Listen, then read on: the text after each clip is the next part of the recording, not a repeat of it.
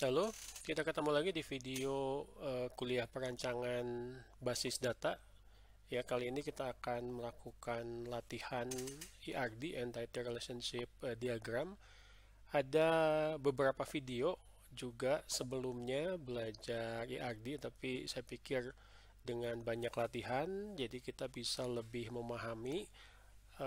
Dan di video ini kita juga akan belajar tahapan-tahapan dalam menyusun model data menggunakan ERD yang benar, yang bisa ya dalam istilahnya efektif dan efisien memenuhi persyaratan dari requirement yang mengacu kepada proses bisnis.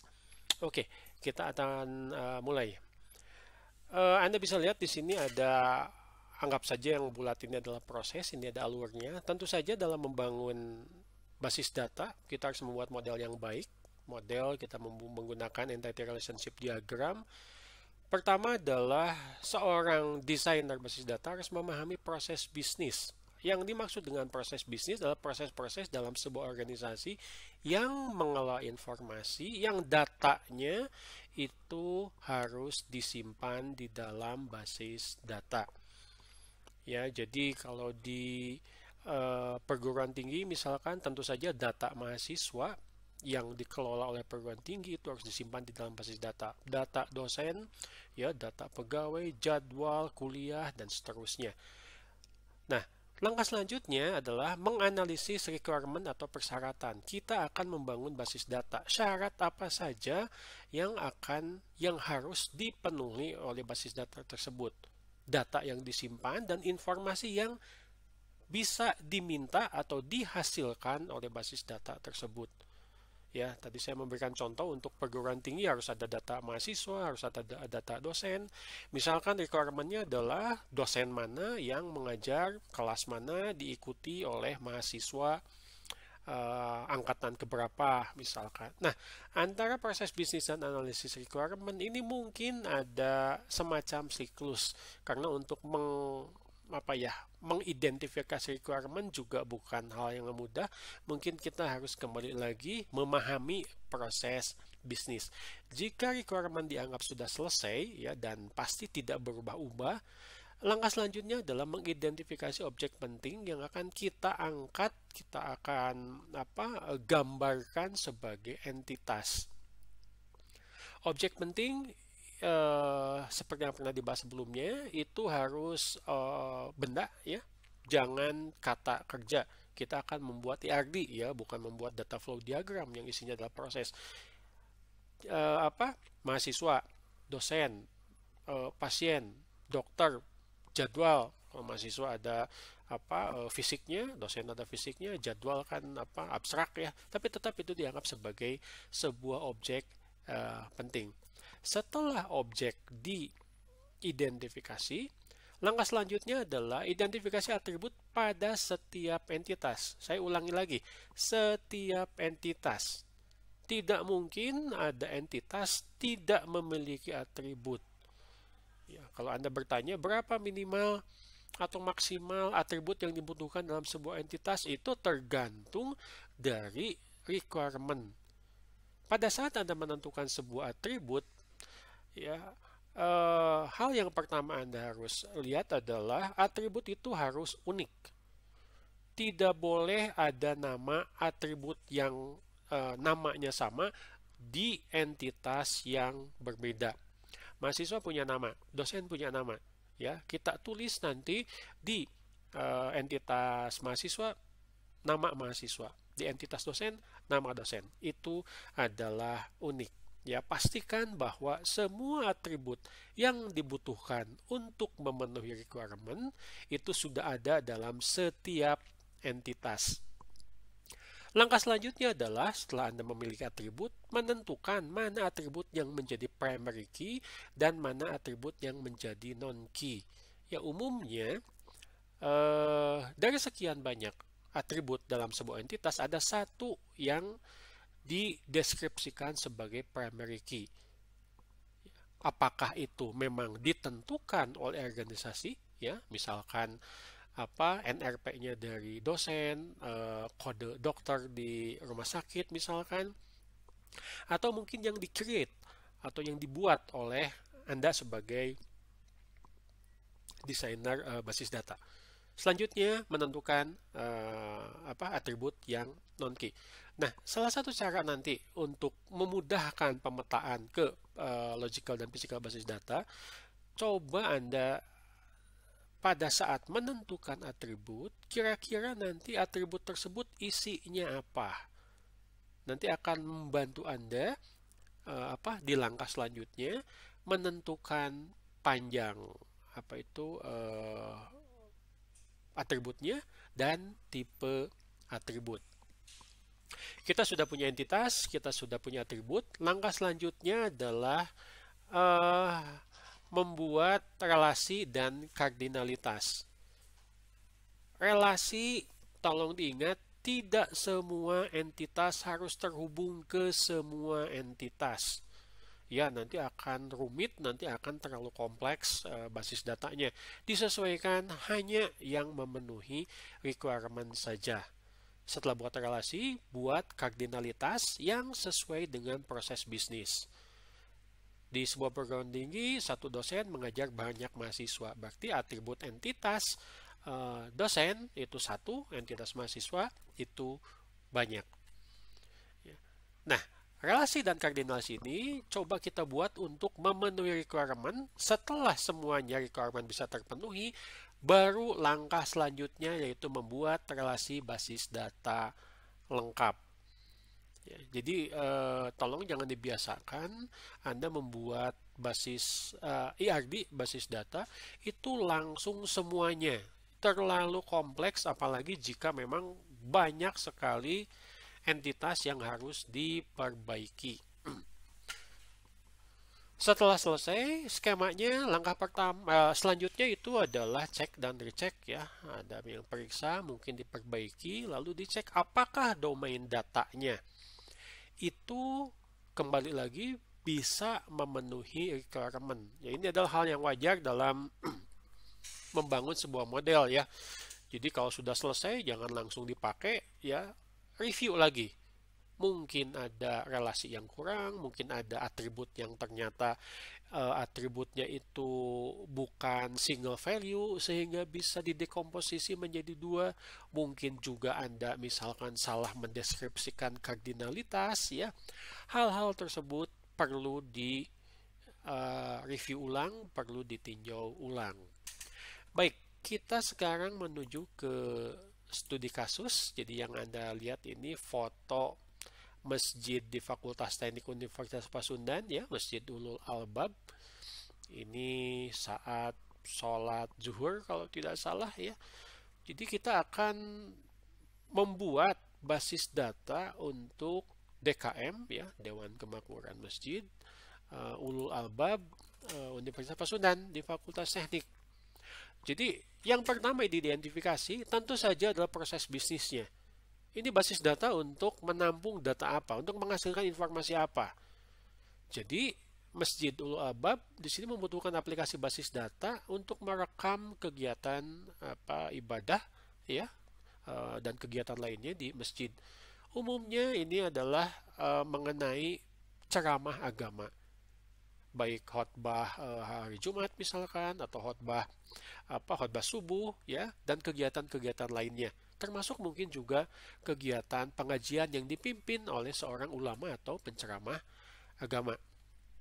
Ya, kan banyak event ya, ada Idul Fitri, Idul Kurban, Maulid Nabi ya, mungkin yang juga kegiatan mingguan, kegiatan harian. Nah, kegiatan ibadah dikelola berdasarkan pada jadwal ibadah yang telah disusun ya, mengacu kepada kegiatan mingguan, bulanan misalkan, atau kegiatan yang berkaitan dengan hari besar Islam. Nah,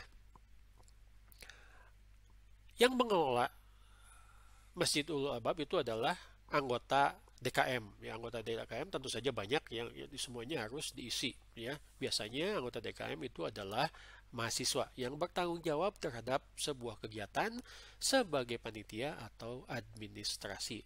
Jadi di sini proses bisnisnya ini lebih berkaitan dengan penjadwalan, ya, siapa yang melakukan ceramah dan siapa yang mengelola kegiatan tersebut. Ya, tentu saja di sini adalah anggota DKM. Ini adalah proses bisnis sederhana yang harus bisa Anda identifikasi dalam menyusun sebuah entity relationship diagram. Tahapan selanjutnya adalah menentukan requirement. Requirement adalah batasan atau constraint yang menjadi syarat utama dan tujuan pembuatan model database. Ketika Anda selesai membuat sebuah skema basis data, itu harus direview ulang ke requirement-nya. Sesuai atau tidak, cocok atau tidak, efisien atau tidak. Misalkan dalam kasus DKM Ulul Albab ini, ada 3 requirement, yaitu mencari dan memanipulasi jadwal penceramah agama, menampilkan data mengenai DKM, dan mengelola ceramah agama dan materi yang disampaikan kepada jamaah. Nah, 3 requirement ini harus bisa dipenuhi. Kita sudah memasuki langkah yang ketiga, ya, langkah yang kedua, mengidentifikasi requirement setelah sebelumnya Anda memahami proses bisnis. Langkah ketiga adalah mendefinisikan, mengidentifikasi objek penting atau entitas. Ya, dari proses bisnis di sini ternyata diketahui ada 5 objek penting. Yang pertama adalah DKM masjid, ya. Isinya adalah mahasiswa, ya, dan data pribadinya yang menjadi anggota DKM. Ada penceramah agama yang mengisi kegiatan-kegiatan ibadah di masjid. Ada kegiatan ibadahnya, ya, mungkin ada khotbah Jumat, mungkin ada tausiah subuh, mungkin ada kegiatan yang berkaitan dengan hari besar misalkan. Dan jadwal kegiatan, ya, isinya berkaitan dengan waktu, tanggal, jam. Dan yang terakhir adalah materi ceramah. Isinya judulnya apa, summary-nya apa, supaya salah satu tujuannya adalah tidak ada penceramah agama yang berbeda, tetapi dengan tema yang sama atau mirip dalam waktu yang berdekatan misalkan. Itu objek penting, entitas. Nah, atribut tentu saja mengacu kepada entitas. Tadi entitasnya ada 5, kita coba deskripsikan. Yang pertama adalah atribut yang dibutuhkan, ya, dan menentukan primary key dan non-key. Ya, kita lihat contoh, misalkan untuk DKM masjid, ini atributnya ada 1, 2, 3, 4. Ya. Yang pertama adalah ID DKM, nama DKM, alamat DKM, dan nomor HP DKM. Anda bisa mengurangi, bisa menambah jumlah entitas tergantung kebutuhan. Ya. Misalkan di sini yang menjadi primary key-nya adalah ID DKM. Demikian juga dengan entitas-entitas yang lain. Ada penceramah agama, kegiatan ibadah, jadwal kegiatan, dan materi ceramah. Semuanya terdiri dari primary key dan non-key. Baik, di tahapan ini kita sudah menentukan atribut dari entitas, 5 entitas yang sudah kita deskripsikan sebelumnya. Nah, langkah selanjutnya adalah kita mencoba membuat relasi antar entitas dan kardinalitasnya untuk memenuhi requirement. Ingat tadi requirement ada 3, jadi coba kita buat part atau bagian dari ARD untuk memenuhi requirement tersebut. Requirement pertama adalah mencari dan memanipulasi jadwal dan penceramah agama. Penceramah agama punya jadwal. Ya. Satu penceramah agama mungkin mengisi banyak jadwal. Ya. Ulama A misalkan, selain mengisi khotbah Jumat di minggu pertama bulan Januari, juga mengisi kuliah subuh misalkan di minggu ketiga bulan Januari. Artinya 1 ke banyak kardinalitasnya. Oke. Nah, dalam membuat IRD, coba dicek jangan sampai ada atribut yang ketinggalan. Jika di deskripsi atribut per entitas, misalkan untuk penceramah agama ada berapa ini? Ada 7 atribut. Pastikan bahwa di dalam IRD requirement itu ada 7. Oke, jadi jangan sampai ada yang ketinggalan. Selanjutnya, IRD requirement yang kedua, menampilkan data mengenai DKM yang bertanggung jawab terhadap sebuah kegiatan termasuk yang menjadi penceramahnya. Tadi kita sudah melihat ada penceramah, ada kegiatan ibadah, ada penceramah, ada jadwal. Sekarang kegiatan ibadah ini dikelola oleh DKM Masjid, penceramah agama mengisi kegiatan ibadah tersebut. Satu penceramah agama mengisi banyak kegiatan, satu orang di DKM Masjid mengurus banyak kegiatan. Oke. Kalau Anda lihat di sini, misalkan di DKM Masjidnya ada satu kebanyak, kenapa Anda tidak bertanya, Pak, kenapa kan DKM Masjidnya banyak, kegiatannya banyak? Oke, silahkan. Ya, pastikan bahwa itu memang sesuai dengan proses bisnis. Salah satu dari konsep IRD yang harus Anda ingat adalah kardinalitas N ke M itu bersifat kompleks. Kenapa disebut kompleks? Karena pada saat Anda nanti melakukan pemetaan ke basis data logik dan fisik, itu tidak simpel. Kenapa? Karena DBMS tidak bisa langsung memetakan kardinalitas N ke M. Kalau di sini Anda membuat kegiatan ibadah dan DKM Masjid N ke M, artinya nanti R1 itu harus dipetakan menjadi tabel. Ya. Oke. Bukan tidak boleh ya, tetapi sebaiknya dihindari. Kenapa? Karena ujung-ujungnya pada saat pemetaan itu akan dikembalikan ke relasi satu ke banyak. Tetapi ditambah tabel baru. Oke. Jadi di kasus ini kita tetap bahwa kardinalitas satu dari DKM Masjid berrelasi dengan kardinalitas banyak dari kegiatan ibadah. Selanjutnya, requirement ketiga, mengelola penceramah agama dan materi ceramah yang disampaikan pada jemaah masjid. Penceramah agama bukan hanya dengan kegiatan, bukan hanya dengan jadwal, tapi juga dengan materi ceramah. Satu penceramah agama tentu saja wajar ya menyampaikan materi ceramah dengan judul yang berbeda-beda pada setiap kegiatan. Penceramah agama memiliki ID PA ya, penceramah agama, sementara materi ceramah memiliki ID materi. Oke, jadi ini bukan IRD lengkap. Ini adalah part atau bagian dari sebuah IRD lengkap dan yang akan kita susun untuk memenuhi requirement. Kenapa harus diperlakukan seperti ini? Ini memastikan langkah-langkahnya. Sekali lagi, memenuhi kebutuhan requirement itu penting. Oke? Jadi kita berasumsi bahwa requirement 1, 2, dan 3 itu sudah dipenuhi, maka hasil lengkap adalah ketiga skema ARD masing-masing requirement itu kita gabung. Ya, tadi kita lihat bahwa ternyata penceramah agama bukan hanya berrelasi dengan kegiatan ibadah, tetapi juga dengan jadwal kegiatan dan materi ceramah. Sementara penceramah agama itu mengisi kegiatan ibadah, DKM Masjid itu mengelola kegiatan ibadah tersebut. Nah, untuk mempermudah, saya sarankan untuk R1, R2, R3 sampai dengan R4 atau relasinya itu menggunakan frase atau kalimat.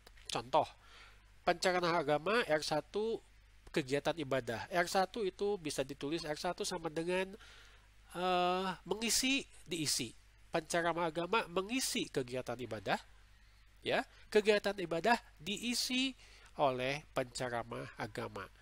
Coba kita lihat contoh misalkan R2, DKM Masjid mengelola kegiatan ibadah. kegiatan ibadah dikelola DKM Masjid.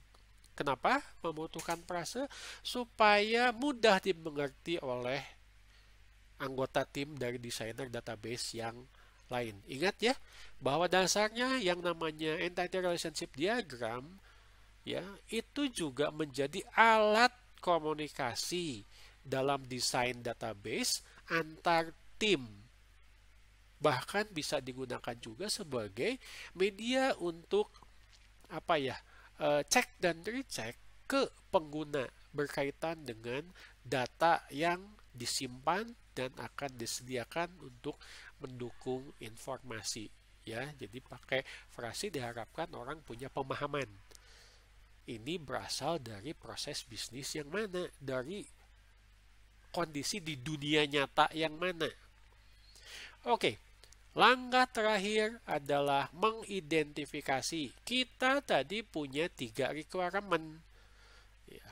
Requirement tersebut coba kita buat pengelompokannya, coba kita buat domainnya. Jadi kalau kita lihat yang warna merah ini antara jadwal kegiatan dan penceramah agama, ini memenuhi requirement pertama. Yang warna apa ini? Hijau ya? Ini memenuhi requirement ketiga, dan yang biru ini memenuhi requirement kedua. Ini cara untuk mengecek, memeriksa ulang apakah dari part requirement yang sudah kita buat lalu kita satukan menjadi sebuah IAGI lengkap seperti kita lihat di gambar. Cek lagi, betul tidak bahwa itu memenuhi ketiga requirement yang disebutkan di atas. Jika setelah diperiksa ternyata semuanya memenuhi, artinya IAGI tersebut bisa dianggap memenuhi persyaratan untuk dilanjutkan ke tahapan berikutnya, yaitu pemetaan ke desain logik dan fisik. Itu video untuk video berikutnya. Baik, materi Anda bisa lihat di blog saya ya, cacaisuprianda.blogspot.com ya. Silahkan dicoba, silahkan dianalisis ulang ya, dipelajari dan latihan dengan kasus-kasus yang lain. Oke, cukup dulu untuk video kali ini. Terima kasih.